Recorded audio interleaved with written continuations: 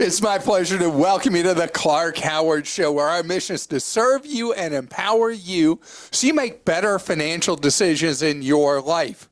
One way we accomplish that is through our free newsletters and content at clark.com. Our team has put together continuous updates to guides to help you make smart decisions with your wallet, with your expenses, big and small, regular and monthly ones as well. They do a great job. But what about when I do a bad job? Well, it happens. And that's why our most popular podcast segment of the week is Clark Stinks. And so we're going to hear all the ways that maybe I came up short. And later, so many people right now could not be more confused about whether they should rent a place to live or buy one. We're going to talk about that. But without further ado, it's time to hear how I have messed up. I should have never encouraged you to speak. You must think I'm pretty stupid. You should be ashamed of yourself. Well, maybe I'm wrong. Maybe I'm wrong. Maybe you're right, pal.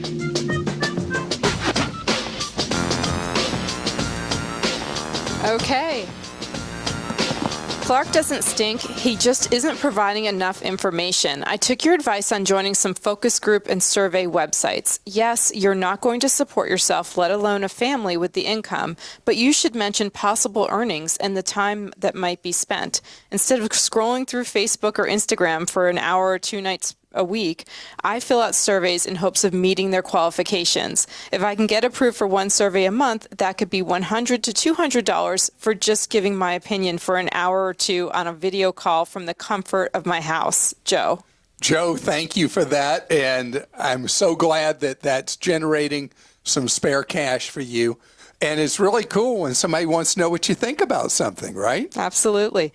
Clark, don't make a trip to the store to buy a charger when you forget yours when traveling. Most hotels have boxes of chargers that guests have forgotten in the rooms. Just go to the front desk and ask. You will likely be able to select one for free. And that's from Mindy. Mindy, that is a great suggestion. And wow, I never thought about how many people leave them. Car rentals, people leave them. Hotels. Wow. Yeah. Can you hear me now? I bet not. Prepaid cell phone service simply is not comparable to postpaid. Stop selling us up a river with cut rate service that provides a fraction of the coverage of real service. My wife and I tried 4 to 5 prepaid services and it was always terrible. Recently, we were in a very remote location on prepaid AT&T and didn't have service within 10 miles. My father showed up at our property and got a text message. He has postpaid service with AT&T. In crowded times, the college football games, for example, I couldn't even text a photo since my service was terrible. Maybe it's good for some people who want to save, but stop saying they use the same towers. It's simply not apples to apples. Joel, thank you. All right, so where does the deterioration come?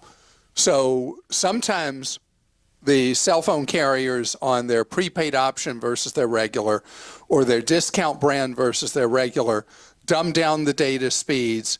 They may not have the same roaming agreements where their coverage isn't good. And so for people who travel frequently to rural areas, it's possible that my recommendation of being with AT&T prepaid as an example, or being with Verizon's discounter Visible or AT&T's discounter Cricket, that those could be a problem for you. And I'm really sorry that it was. As for the football game thing, that is really puzzling. You're talking about network prioritization. And I didn't know that AT&T was discriminating against its prepaid customers and giving priority automatically to their postpaids. you got to be able to send pictures from a football game. Well, football's my life. I'm with them on that. Okay. Summer is here, and Clark's dollar store deodorant isn't cutting it. I recently heard Clark recommend the Chevy Bolt as a lower-cost EV option. This car has been plagued with recall issues involving the battery that are so severe that owners are not supposed to charge them at night or park near or any structures.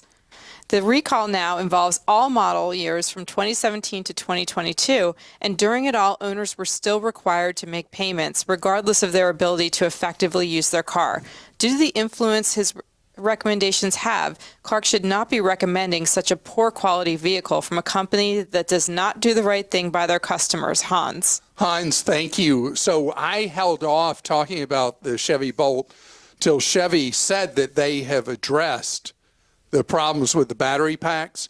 You may know some information I'm not aware of, that the battery packs are still dangerous, but I thought that Chevy had addressed that. And I'm going to check on my own also to see if I was really putting people into a bind by making a bad recommendation. Thank you for pointing that out to me. Hi, Clark. One more credit card you've never mentioned is the SoFi credit card, which is 3% back on everything the first year and then 2% after that.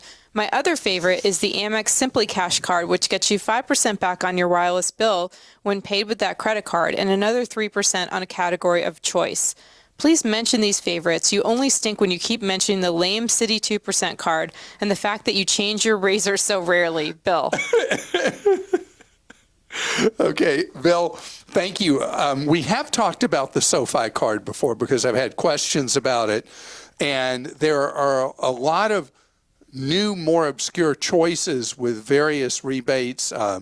There's a PayPal offering that has a higher rebate, PayPal credit card, and so there are more and more. The reason you hear me talk about things like the Citi Double Cash and reluctantly mention that Wells Fargo now has a 2% cash back is that a lot of people in their lives can't keep up with all the categories.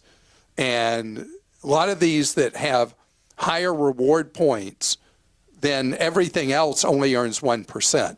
And unless you're really good at remembering, pull out this card for this, pull out that card for that, pull out this card for the other, people who can't really focus, obviously, like you do, I feel are better off defaulting to a flat 2% rate card, even if you think that the Citi 2% double cash card is lame. The way you redeem it now is lame, but it still is 2%. You shared a story about a high school student wearing a sweatshirt for an expensive college, and you asked, how are you going to pay for that? This attitude toward a college's sticker price is all wrong. Yes, there are some prestigious colleges with very high prices, and yes, you can get a good education at a commuter school. However, often the cheapest option for low-income students is the prestigious school with a high sticker price. Why? They have bigger endowments and can afford to give more in scholarships. Even more important, low-income students are much more likely to drop out of commuter schools due to the poor sense of community and poor support networks. For example, my husband came from a low-income background and started college at the cheapest commuter school in Michigan. He soon started to feel lonely and alienated as many of his friends dropped out or failed out or just didn't take college seriously. He ended up transferring to a school with a very high sticker price, George Washington University. They gave him so much in scholarships that it ended up being cheaper for him than the commuter school was. He graduated with a high GPA and plenty of job prospects he wouldn't have otherwise. Elena, GW is a great school, and the job prospects for people who graduate from GW are absolutely great. And I thank you for pointing that out, that the retail price of a college is not the net price. And that's why you always want to see, you want to play hard to get and see what kind of financial aid package they'll offer you. I'm not talking loans. I'm talking about net cost. And I really like for you to concentrate on net cost for all your years, not just a teaser for a new student going in freshman year. But your point is completely valid. I'm an inpatient cardiology nurse practitioner. With our computer system, patients are individually identified by a medical record number, but that number is assigned after their social security number is put on record. Not correctly identifying a patient could be deadly. For example, if someone comes in with a heart attack, we need to know if they've had prior major bleeding events. If we don't have a correct social security number, we would not be able to link them to prior records. So if they have a brain bleed a month ago and the patient forgot and didn't tell us, it could be deadly if we gave them blood thinners for the heart attack, if we were not privy to the information. We also use the social security number to correctly link patients to records from other hospital systems. I can't emphasize how important it is to link that patient correctly. Please let your listeners know that they need to give their Social Security number when being admitted to a hospital systems so that they can be correctly identified. Beth. Beth, thank you. That is a perspective no one has ever stated, and I'm stunned that hospitals would rely on a Social Security number as a patient identifier with all the problems that have come with that. But I really, really appreciate you pointing out that perspective that no one has ever mentioned. Hey, Mr. Smells, golly darn how far off you were with your assessment of gas prices. Maybe you need to recharge your brain instead of your EV. I live in Houston on top of oil refineries, and no way can you find $1 difference in gas throughout this city. Maybe 20 cents, but never $1. Way off the mark this time, but most of the time you were always around the bullseye.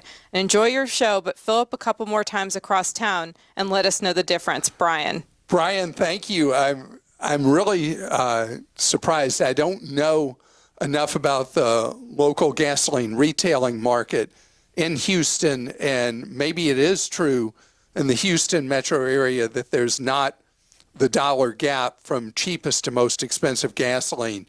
In most metro areas, that is a pretty good marker that it's $1 difference from the lowest cost gallon to the most expensive. And I'll check that out on Gas Buddy and see if there is, in fact, a much lower gap in the state, smaller gap in Houston than there might be in other cities. Clark. Thanks for your work, daily listener here, encouraging Team Clark to recharge the best battery review. The battery industry has short-circuited your thinking. Re-energize the review to include the cost and savings of lithium or nickel metal hydride batteries. All of our AAA, AA, C, and D are rechargeable. Once you build an inventory, you're never out of batteries, and you're not trashing tons of valuable metal over a lifetime. As a family, we've bought only about 6 batteries a year for the past 5 years and disposed of only about 2 per year. Throwing away batteries is the Wells Fargo of wasting resources. Recharge on, Greg. Isn't it funny that I've never gotten into the rechargeable batteries, and that does make so much more sense, and the environmental aspect of it as well.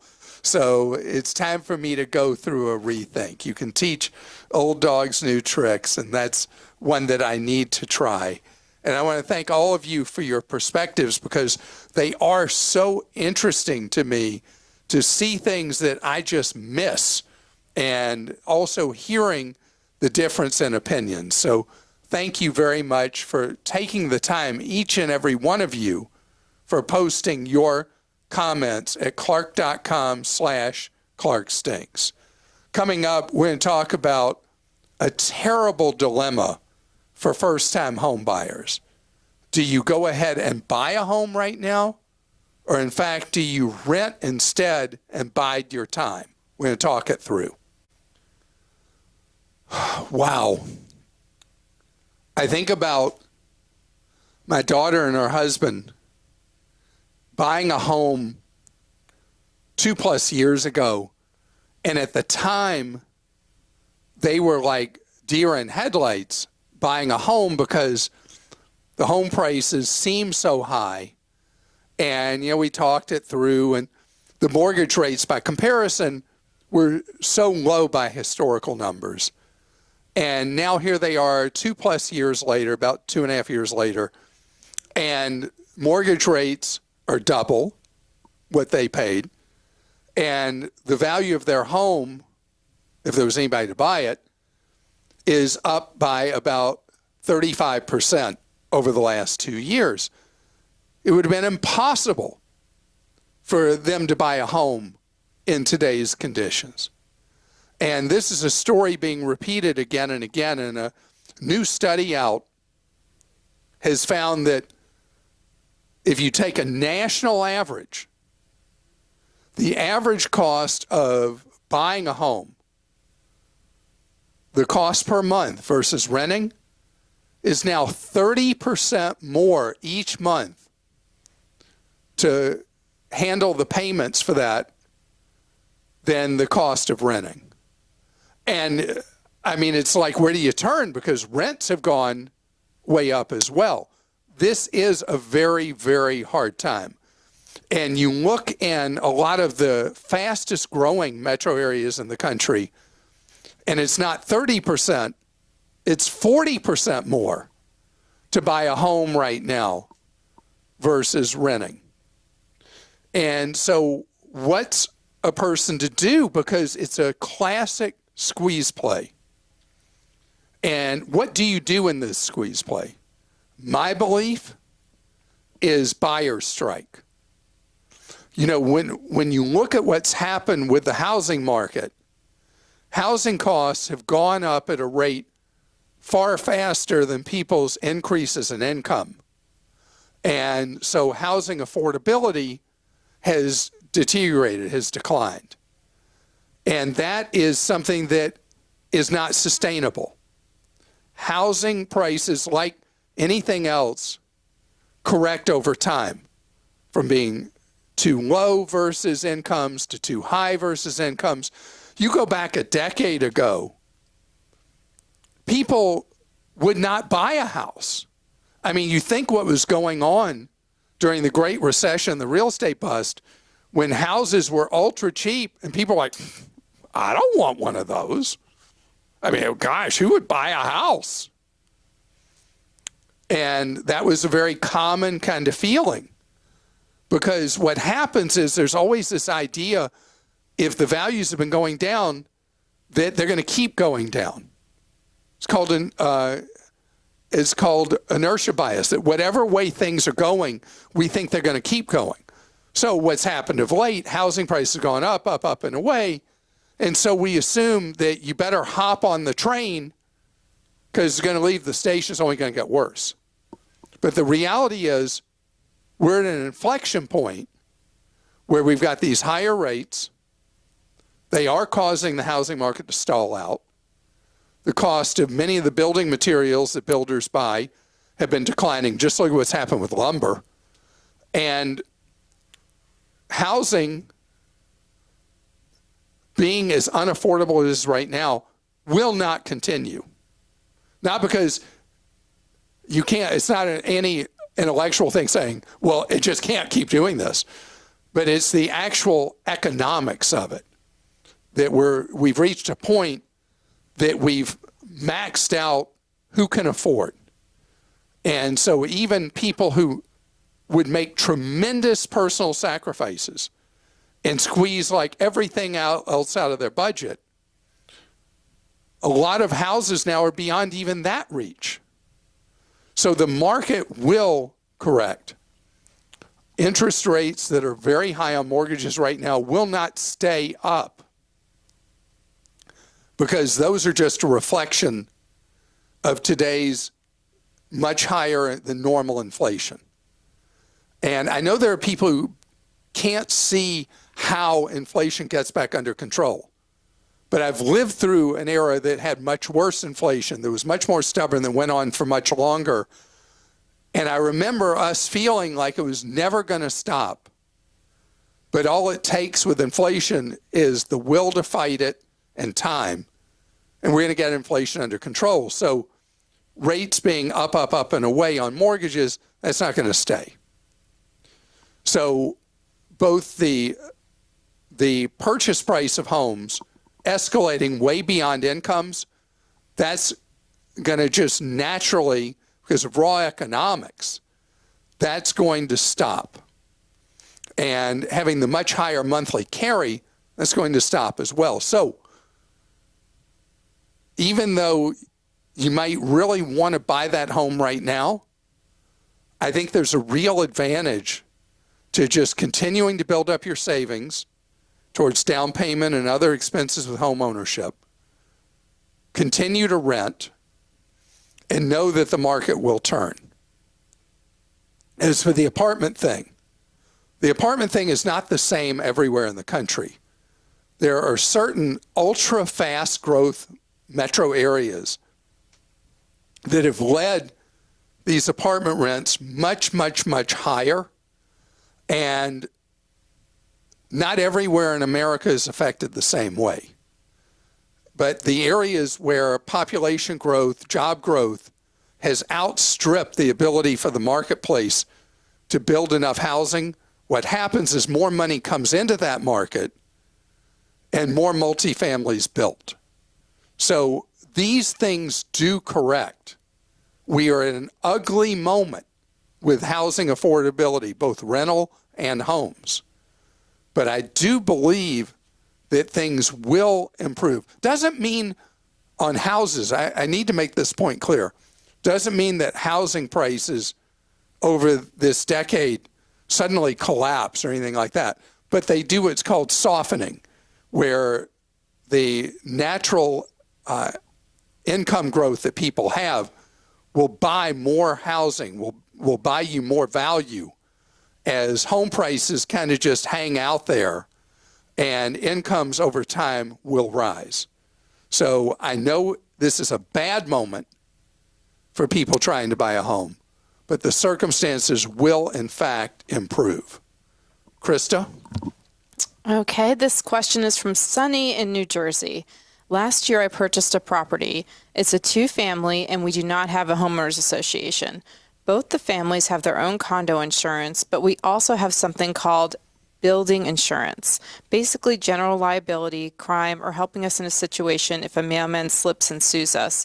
Do we actually need this? The premium has gone up recently and we were paying around $300 a month combined. Or if it's necessary, do you have any other companies that we can try getting a quote from? Yeah, so Sonny, absolutely, you want to get quotes from multiple carriers. But yes, it's like you're running your own condominium association where you'd have your own coverage on your individual unit, and then you have one for the association. You're your own micro association, and having this coverage is absolutely necessary. It is essential. It varies how this works based on the housing laws in a state and the condominium statutes in a state. But yes, you need this kind of coverage, but that's why you do shop around. You might find that you'd have an advantage to talking with an independent agent for property and casualty insurance in New Jersey who is familiar with this type of coverage and would know who's best to get quotes from. And this is from Daniel in Georgia. This is a tip for your listeners to save money on HVAC. My upstairs does not cool evenly. Our bedroom is about 4 degrees cooler than a bonus room on the other side of the house. In the middle of these rooms is our upstairs thermostat. The heat from the bonus room causes it to run an average of 19 hours a day. Whoa. On the hottest summer days.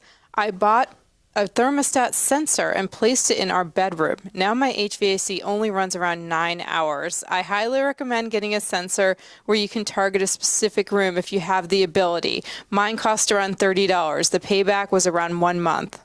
I'm not familiar with the sensor, but $30 to take it from running, what was it, 18 hours a day to 9 hours a day? Right, because it was like in between the two rooms, so he has the sensor now in the bedroom, so that's what tells it when to turn on. Did you heard of one of those? I hadn't, but I think that's brilliant. I'm going to have to try that. Michelle in Delaware has a car rental tip. I was out of town and all the rental car companies nearby were out of cars. So we ended up renting a U-Haul pickup truck for $19.95 a day plus 79 cents per mile. It saved us a ton of money since we weren't planning to drive far over the weekend. So, Michelle, I can't believe you're talking about this because I remember last year when people were doing that across the Hawaiian Islands when they were just out of cars. And so people were showing up at resorts with big U-Hauls trying to figure out where to park them. And I actually have been looking at that. There's a trip I'm taking in a few weeks, and a one-day car rental minimum I can find is over $200 a day. Oof. And so I've been looking at renting a U-Haul as well and other truck rentals. And I mean, it's crazy what's happened with the car rental market. But Michelle, thank you for the suggestion to others. The big issue is you can't drive a lot of miles because you start running them at 80 cents a mile, you can really start to run up the cost. But if you're running around local, it's a great way to save money. And I want to thank you so much for listening to today's podcast. I hope the rest of your day is fantastic.